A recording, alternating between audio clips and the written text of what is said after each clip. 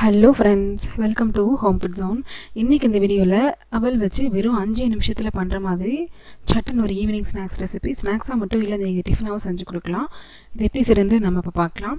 இது செய்கிறதுக்கு பார்த்தீங்கன்னா, நான் இன்றைக்கி வந்து ஒரு 3 கப் அளவுக்கு அவல் எடுத்திருக்கேன். 200 ml அளவு மெஷரிங் கப்பில் 3 கப் அவல் எடுத்திருக்கேன். இந்த மாதிரி ஒரு ஜல்லடையில் போட்டு நல்லா அவலை வந்து லேசாக தட்டி எடுத்துக்கோங்க. இதில் தூசி டஸ்ட்டு தான் இருந்ததுன்னா தனியாக உங்களுக்கு பிரிஞ்சு வந்துடும். அதனால் நல்லா அந்த மாதிரி லேசாக ஜலிச்சுட்டு எடுத்துக்கோங்க. இப்போ நம்ம தட்டி எடுத்த இந்த அவலை வந்து ஒரு பவுலுக்கு நம்ம மாற்றிக்கலாம். இப்போ இது கூட சேர்க்குறதுக்காக ஒரு மிக்ஸி ஜார் எடுத்துக்கோங்க. இதில் வந்து பார்த்திங்கன்னா 1/2 கப் அளவுக்கு தேங்காய் கட் பண்ணி போட்டிருக்கேன். ரஃப்பாக கட் பண்ணி 1/2 கப் எடுத்துக்கோங்க. இதில் கொஞ்சமாக ஃப்ரெஷ்ஷான கருவேப்பிலை, ஒரு கைப்பொடி அளவு நல்லா ஃப்ரெஷ்ஷான கொத்தமல்லி இலை, ஒரு 3-4 பச்சை மிளகாய் சேர்த்துக்கோங்க. இதை நம்ம அரைச்சி எடுத்துக்கலாம். இது கூட கொஞ்சமாக ஒரு 1/2 டீஸ்பூன் அளவு சீரகம், ஒரு பாதி அளவு எலுமிச்சம்பழத்தோட சாறு சேர்த்து வேறு தண்ணி எதுவுமே எக்ஸ்ட்ரா சேர்க்காமல் பல்ஸ்லேயே வச்சு இந்த மாதிரி அரைச்சிக்கோங்க. ரொம்ப ஃபைன் பேஸ்ட்டாக அரைக்கணும் கூட தேவையில்லை, கொஞ்சம் கொரகொரப்பாக அந்த மாதிரி அரைச்சி எடுத்தாலே சரியாக இருக்கும். இப்போ நம்ம அரைச்சி எடுத்த இந்த மசாலா பேஸ்ட்டை அவல் கூட சேர்த்துக்கோங்க. அவளுக்கு உப்பு டேஸ்ட்டுக்கு தேவையான அளவு சேர்த்துக்கலாம். நான் ஒரு 1/4 டீஸ்பூனுக்கு கொஞ்சம் அதிகமாக சேர்த்துருக்கேன். நீங்கள் எந்த அளவுக்கு தேவையோ சேர்த்துக்கோங்க. சேர்த்துட்டு நல்லா கலந்துக்கோங்க. ஸ்பூன் வச்சு மிக்ஸ் பண்ணுறதை விட கை வச்சு பசஞ்சிங்கன்னா அவல் உடையாமல் கொஞ்சம் மசாலாவும் நல்லா எல்லா பக்கமும் படுற மாதிரி இந்த மாதிரி நல்லா பரட்டி எடுத்துக்கலாம்.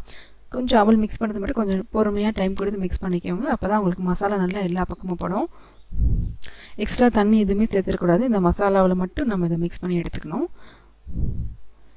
பார்த்திங்கன்னா தெரியும், நல்லா மசாலா அவலில் எல்லா பக்கமும் பிடிச்சிருக்கு. இந்த மாதிரி நல்லா மிக்ஸ் பண்ணி எடுத்துகிட்டு இப்போ இது கூட சேர்க்கறதுக்காக வந்துட்டு ஒரு பேனை சூடு பண்ணிக்கோங்க. இதில் கொஞ்சமாக ஒரு டேபிள் ஸ்பூன் அளவுக்கு நெய் சேர்த்துட்டு இல்லைனா எண்ணெய் சேர்த்துருங்க. இது நல்லா சூடானதும் ஒரு 1/2 டீஸ்பூன் அளவு கடுகு உளுந்தம் பருப்பு, கொஞ்சம் ஃப்ரெஷ்ஷான கருவேப்பிலை சேர்த்துக்கோங்க. ஒரு டேபிள் ஸ்பூன் அளவு கடலைப்பருப்பு, ஒரு 1/4 டீஸ்பூன் சீரகம் சேர்த்து நல்லா கலந்து விட்டுக்கோங்க. அடுப்பு லோ ஃப்ளேமில் வச்சு அந்த கடலைப்பருப்பு நல்லா செவந்து வர வரைக்கும் வறுத்து எடுத்துக்கோங்க. மற்றபடி இதில் உங்களுக்கு நட்ஸு சேர்க்குறதா இருந்தாலும் நீங்கள் சேர்க்கலாம். நட்ஸுன்னு பார்த்தீங்கன்னா வேர்க்கடலை சேர்க்குறதா இருந்தாலும் சேர்க்கலாம். முந்திரி பாதாம் எது வேணாலும் நீங்கள் வந்து கட் பண்ணி சேர்க்கலாம். சாப்பிடும்போது நல்லாயிருக்கும்.